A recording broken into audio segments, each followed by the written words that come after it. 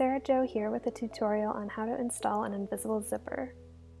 To get started, you'll need an invisible zipper. If your zipper is too long, check out the link to the video below on how to easily shorten an invisible zipper. The project you're going to sew it to, an ironing board and iron. I have my iron set to the lowest setting so it won't melt the coils.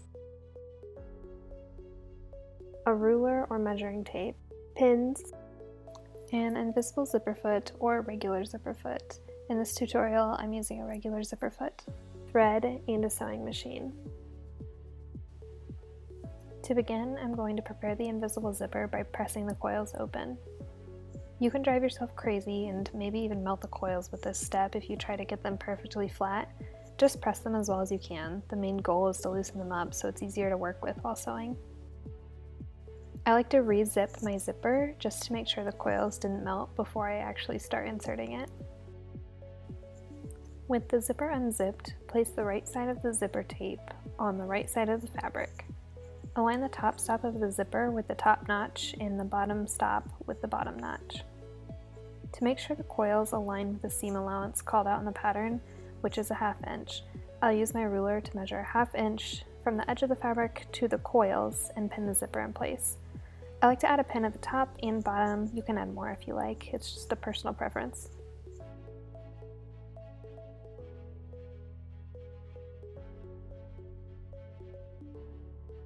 Sew the zipper to the fabric along the coil, starting at the top of the zipper tape. I'm using a regular zipper foot, but you can use an invisible zipper foot too. There are 2 sides to the zipper foot, and depending on which side of the zipper you're stitching, that's the side you'll use. Begin stitching at the top of the zipper tape, stitching as close to the coils as possible without stitching through the coils.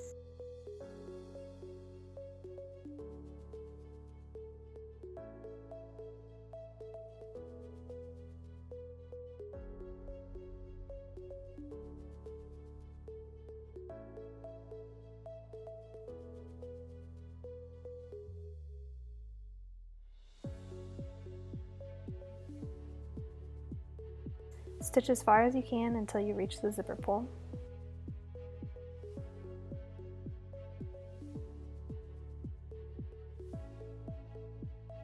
After sewing, it's good practice to zip up the zipper to ensure you didn't stitch through the coils. You can see the coils roll over the stitching line, so it's difficult to see the stitching.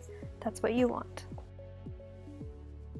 With the side of the fabric you just sewed facing right side up, flip the edge of the zipper you haven't sewn so the right side of the tape is facing up. Flip the side of the zipper you haven't sewn one more time so the right side of the zipper is along the right side of the fabric. Make sure the seam allowance is correct and pin the zipper in place.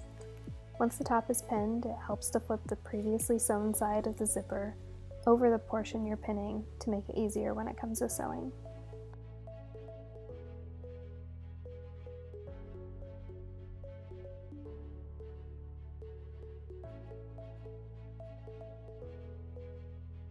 Adjust the zipper foot as necessary.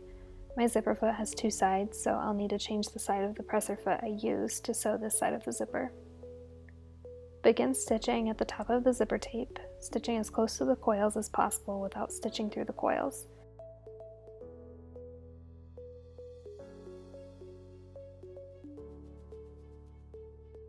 Stitch as far as you can until you reach the zipper pull.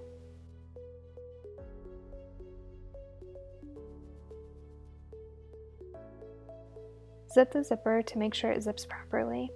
If you installed your invisible zipper correctly, you won't be able to see the coils or tape from the right side of the fabric. With the zipper closed, fold the fabric so right sides are together. Pin the fabric together below the zipper. Make sure the lower end of the zipper is out of the way before pinning.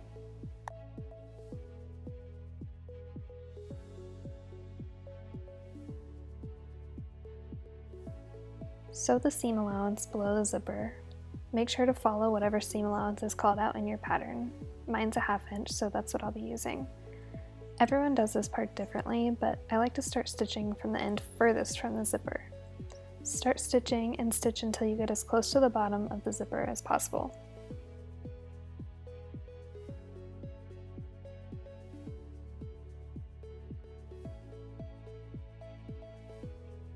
Usually there's about a 1/4 inch of space left between where you stopped sewing the zipper and the line you just stitched.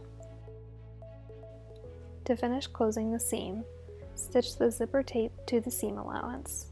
This makes sure the 1/4 inch space you left is secure. Make sure to only sew through the zipper tape and the seam allowance.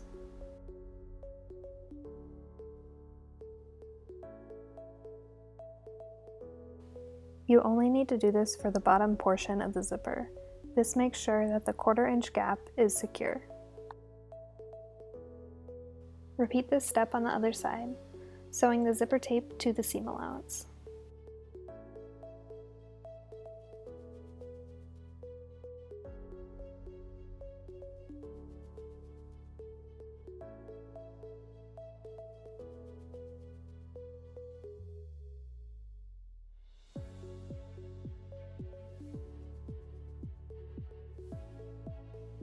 And that is how you insert an invisible zipper.